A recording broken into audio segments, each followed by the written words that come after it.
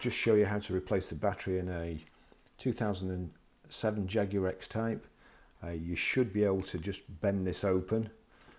Basically there's a little kind of indentation just in this side, and if you bend it you should be able to slide it open. You can see it takes a little bit of force, but you can do it, or you can lever it from there, but make sure the key's flat on the desk and you're not going to scratch your kitchen table or something, and just turn the screwdriver so that opens it up like that. Then it is quite difficult. There is a little gap there. There's also a gap there which you'd be tempted to go for first, but you can't get enough levering motion of.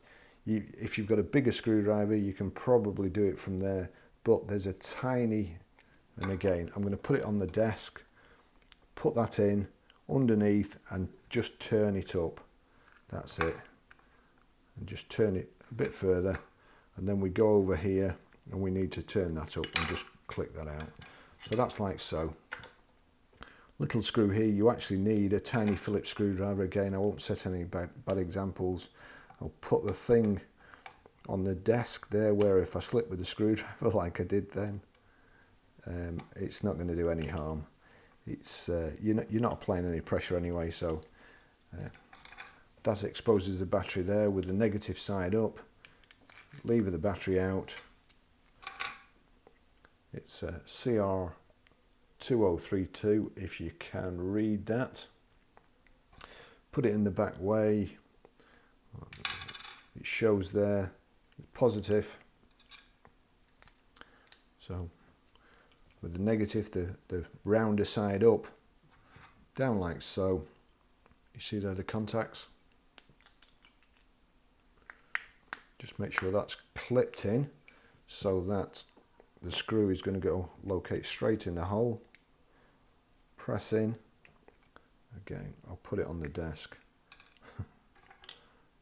Not meant for hands like this, I'm afraid.